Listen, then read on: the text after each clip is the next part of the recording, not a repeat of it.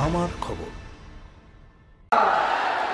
জয় জয় শ্রীরাম, জয় জয় শ্রীরাম। যোগী জি জিন্দাবাদ, যোগী জি জিন্দাবাদ, যোগী জি জিন্দাবাদ, যোগী জি जिंदाबाद, बुलडोजर बाबा जिंदाबाद। महान साहित्यकारों और क्रांतिकारियों की जन्मभूमि को कोटि कोटि नमन करते हुए आप सभी का मैं हृदय से अभिनंदन करता हूं, स्वागत करता हूं। बहनों और भाइयों, आज जब हम बंगाल में आते हैं तो मुझे देख करके अफसोस होता है। जिन महान क्रांतिकारियों ने भारत की आजादी के लिए बंगाल से संघनाद किया था, उनकी आत्मा दुखित होती होगी कि जिस सोनार बांग्ला की कल्पना की थी, कांग्रेस, कम्युनिस्ट और तृणमूल कांग्रेस ने उस बंगाल को कैसे लहूलुहान कर दिया है। मुझे आश्चर्य होता है, जो बंगाल भारत की संस्कृति, भारत की सभ्यता और भारत के संस्कार की भूमि थी, आज जो बंगाल लहूलुहान है, जो बंगाल, बहनों और भाइयों, जिस बंगाल ने महान आध्यात्मिक गुरुओं को और क्रांतिकारियों को जन्म दिया है, आज उस बंगाल में सत्ता परस्त भ्रष्टाचारी और माफिया यहां की जनता के लहू को चूसने का कार्य कर रहे हैं। जिस बंगाल ने संस्कारों के माध्यम से एक नई नवजागरण का संघनाद किया था, दुर्गा पूजा का अनुष्ठान हो या फिर भारत को राष्ट्रगान और राष्ट्रगीत देने वाली भूमि, आज उस भूमि पर रामनवमी के अवसर पर दंगे हो जाएं और दंगा करने वाले सत्ता का संरक्षण प्राप्त कर ले।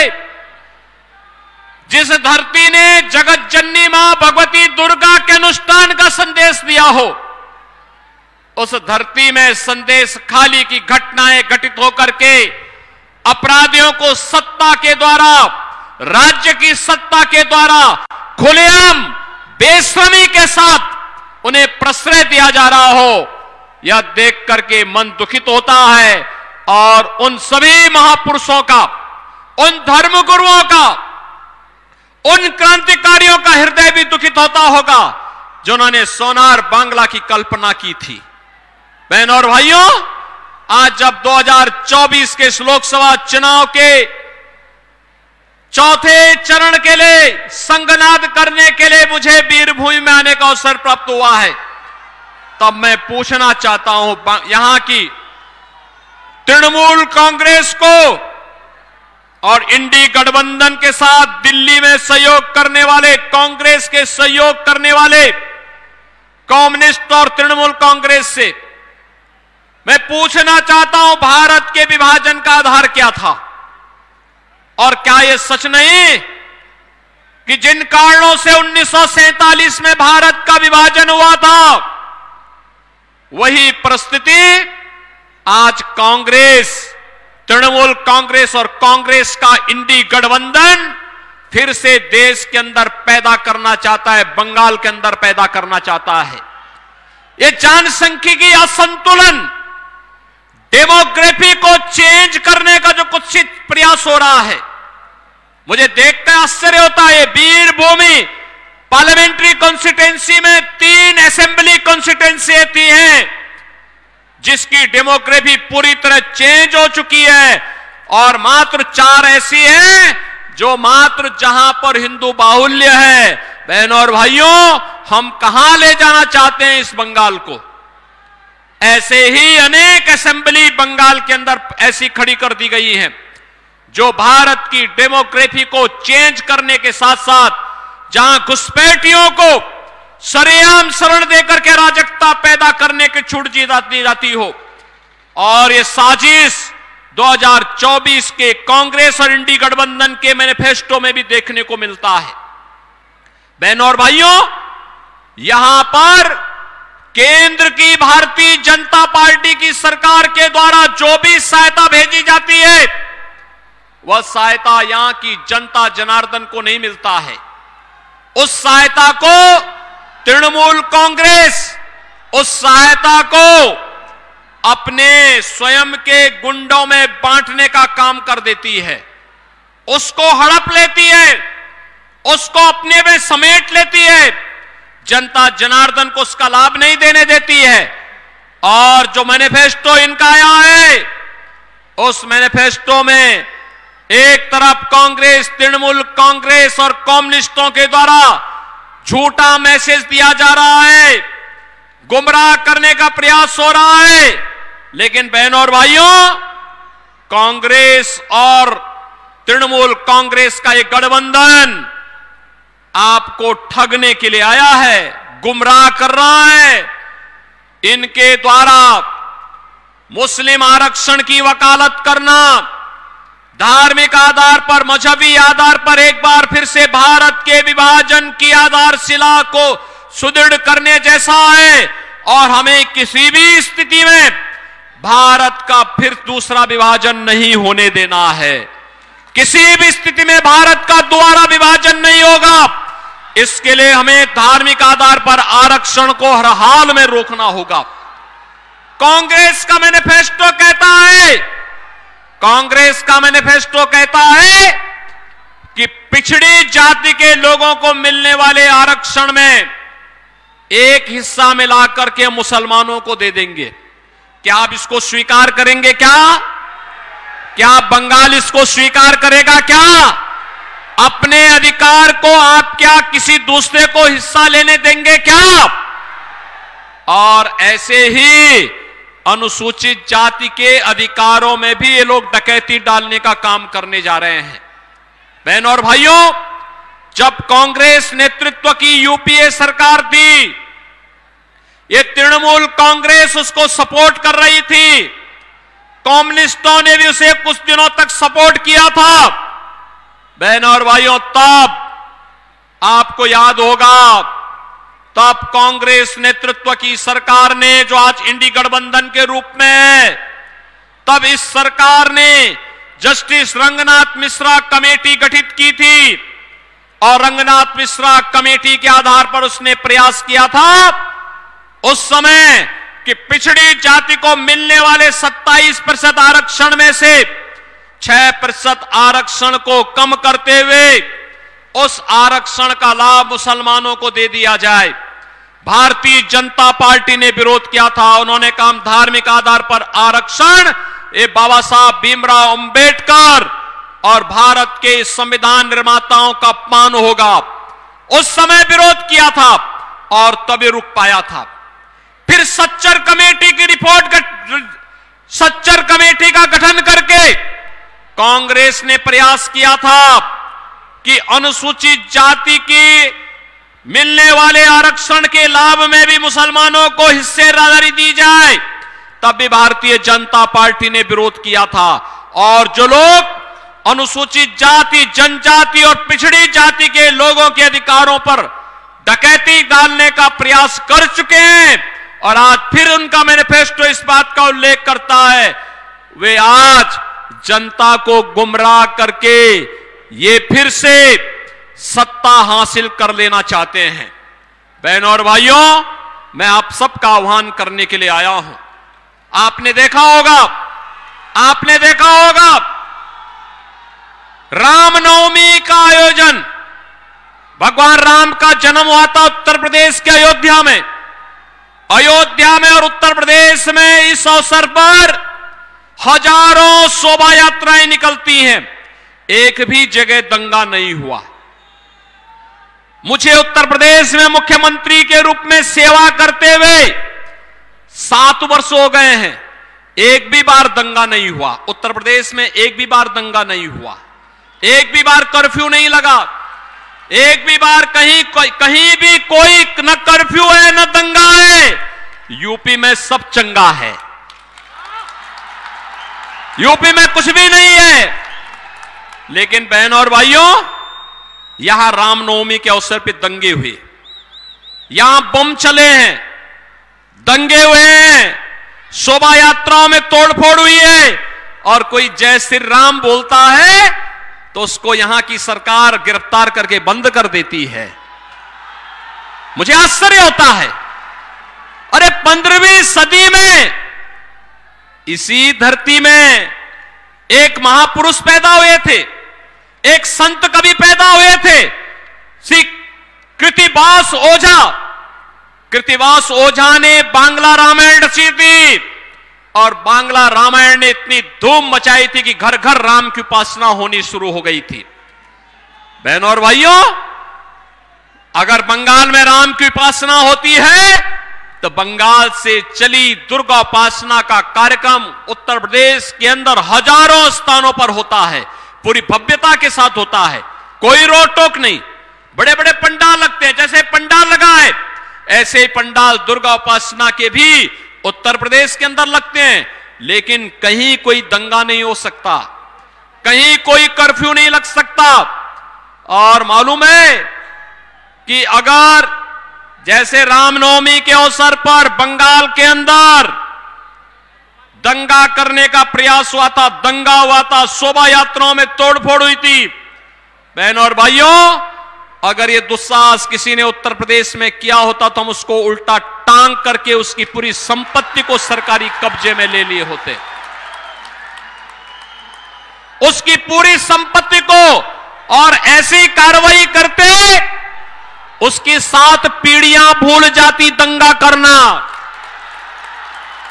आज आप देखते होंगे उत्तर प्रदेश के अंदर, आज बहनों और भाइयों आप देखते होंगे बड़े बड़े माफिया जो कभी कभी पहले 2017 के पहले, बीजेपी के आने के पहले यूपी के अंदर जो पूरी सत्ता को अपने गिरफ्त में रखते थे, जिनके सामने सारी व्यवस्थाएं फेल थी, आज आप देखते होंगे कैसे उनके गले में तख्ती लटकती है और वो कहते हैं कि साहब एक बार जान बकस दो, बस अब हम ठेली लगा करके परिवार का पेट भर देंगे, अब दंगा नहीं करेंगे, किसी गरीब को नहीं लूटेंगे, किसी बेटी और बहन की इज्जत के साथ खिलवाड़ नहीं करेंगे, किसी व्यापारी से रंगदारी वसूली नहीं करेंगे, और ठेके पट्टे में न गौ कसी का काम करेंगे, और नहीं उनके द्वारा यह भी कहा जाता है कि गौ कसी भी नहीं करेंगे, और कहीं बालू और रेता का भी कहीं जबरन ठेका भी नहीं लेंगे।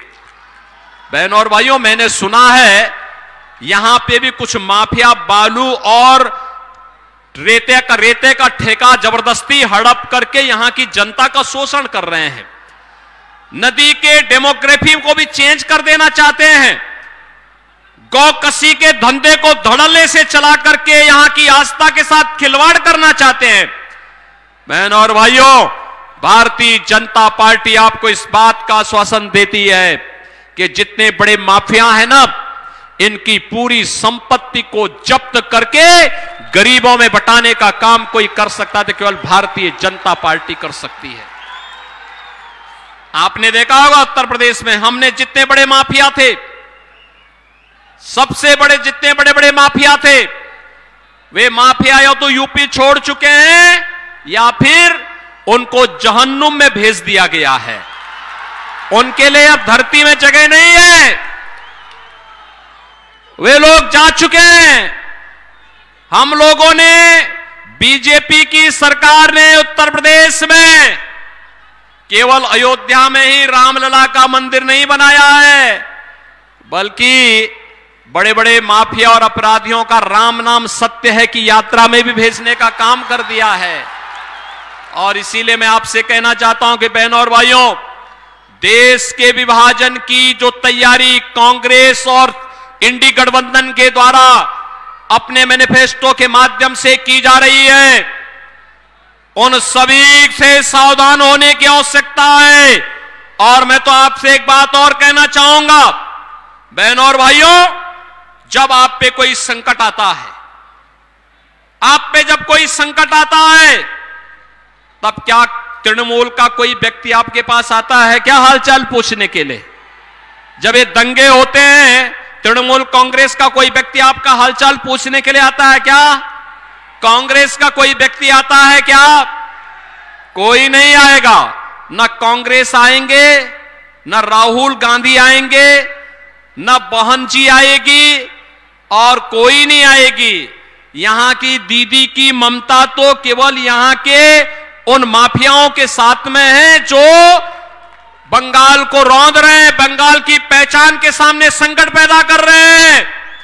और इसीलिए मैं आपसे कहने के लिए आया हूं बहनों और भाइयों, केवल भारतीय जनता पार्टी है और मोदी जी हैं जो सुख दुख में आपके साथ हमेशा खड़े होने वाले हैं, हर स्थिति में खड़े होने वाले हैं। आपने देखा होगा मोदी जी के नेतृत्व में भारत ने विकास की जिन नए प्रतिमान को स्थापित किया है, आज दुनिया के अंदर भारत का सम्मान बढ़ा है, भारत की सीमाएं सुरक्षित हुई हैं। कांग्रेस नेतृत्व की सरकार थी, पाकिस्तान परस्त आतंकवादी भारत की सीमा का अतिक्रमण करते हुए भारत में आते थे, जगह जगह बम विस्फोट करते थे। आज मोदी जी के नेतृत्व की सरकार में आप देखते होंगे अब तो आतंकवादी घटनाएं नहीं घटित होती, आतंकवाद और नक्सलवाद को तो नियंत्रित किया जा चुका है, लेकिन अगर कहीं पटाखा भी जोर से फूटता है तो सबसे पहले पाकिस्तान सफाई देता कि मेरा हाथ नहीं है, क्योंकि पाकिस्तान को मालूम है कि अगर कोई घटना गलती से भी हो जाए तो उसको लेने के देने पड़ जाएंगे, क्योंकि ये नया भारत है और मोदी जी के नेतृत्व में नया भारत किसी को छेड़ता नहीं है, लेकिन अगर कोई छेड़ता है तो फिर उसको छोड़ता भी नहीं है। और इसीलिए मैं आपसे कहने के लिए आया हूं, यहां पर इंफ्रास्ट्रक्चर का कार्य मोदी जी के नेतृत्व में IIT, IIM, AIIMS, highway, railway, metro, triple IT, NIT, world class university, हर घर नल की योजना, ये सभी मोदी जी के नेतृत्व में आज तेजी के साथ देश के अंदर इसको लागू किया जा रहा है। और बंगाल में तो तृणमूल कांग्रेस की सरकार मोदी जी की योजनाओं को जबरन रोकने का कार्य करती है, अन्यथा पूरे देश के अंदर 80 करोड़ लोगों को फ्री में राशन देने का काम पिछले 4 वर्ष से मोदी जी की सरकार कर रही है। बहनों और भाइयों, 60 करोड़ लोगों को 5 लाख रुपए की आयुष्मान भारत में स्वास्थ्य बीमा का कवर मिल रहा है। 50 करोड़ गरीब लोगों के जनधन अकाउंट खोल दिए गए। 12 करोड़ किसानों को प्रधानमंत्री किसान सम्मान निधि का लाभ मिला। 12 करोड़ गरीबों के घर में शौचालय बन गए।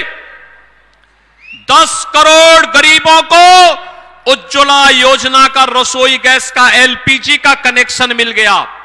और 4 करोड़ गरीबों को बहनों और भाइयों प्रधानमंत्री आवास योजना का लाभ मिल गया। मैंने उत्तर प्रदेश में अब तक लगभग 57 लाख गरीबों को एक एक मकान दे दिया है पीएम आवास योजना में। बहनों और भाइयों, बंगाल की सरकार नहीं लेना चाहती। बंगाल की सरकार उसी कार्य को करती है जिसमें उसको कमीशन मिलती हो, और इसीलिए वह कार्य नहीं करेगी, करने नहीं देगी। इसके लिए आवश्यक है कि वीर भूमि को नाम के अनुरूप भारतीय जनता पार्टी को विजयी बना करके भेजिए। मोदी जी ने कहा है आत्मनिर्भर भारत और विकसित भारत की संकल्पना को साकार करेंगे। आत्मनिर्भर भारत का मतलब आत्मनिर्भर बंगाल भी होगा। आत्मनिर्भर बंगाल का मतलब हर किसान, हर नौजवान, हर महिला, हर तबके का व्यक्ति, हर व्यापारी यह भी आत्मनिर्भर होगा।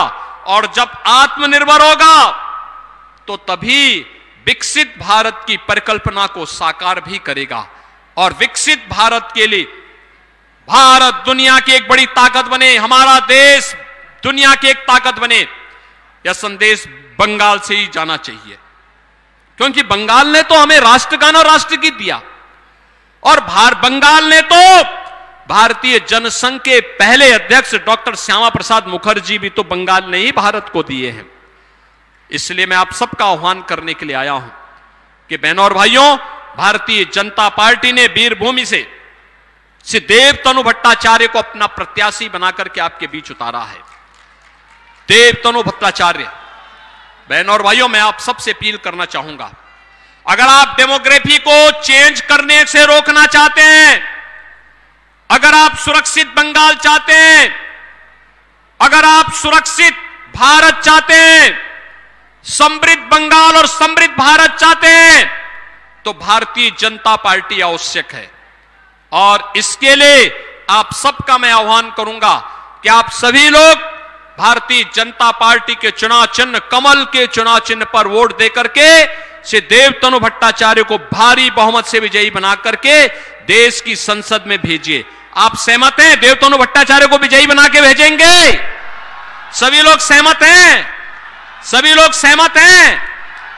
13 मई को यहां लोकसभा का इलेक्शन होना है और 13 मई को लोकसभा के इलेक्शन में देवतनु भट्टाचार्य को वीरभूमि जैसे लोकसभा क्षेत्र में, बहनों और भाइयों, डेमोग्राफी चेंज से रोकने के लिए, सुरक्षा के लिए, गरीब कल्याणकारी योजनाओं के लिए उन्हें भारी बहुमत से विजयी बना के भेजना है। बना के भेजेंगे? सभी लोग सहमत हैं?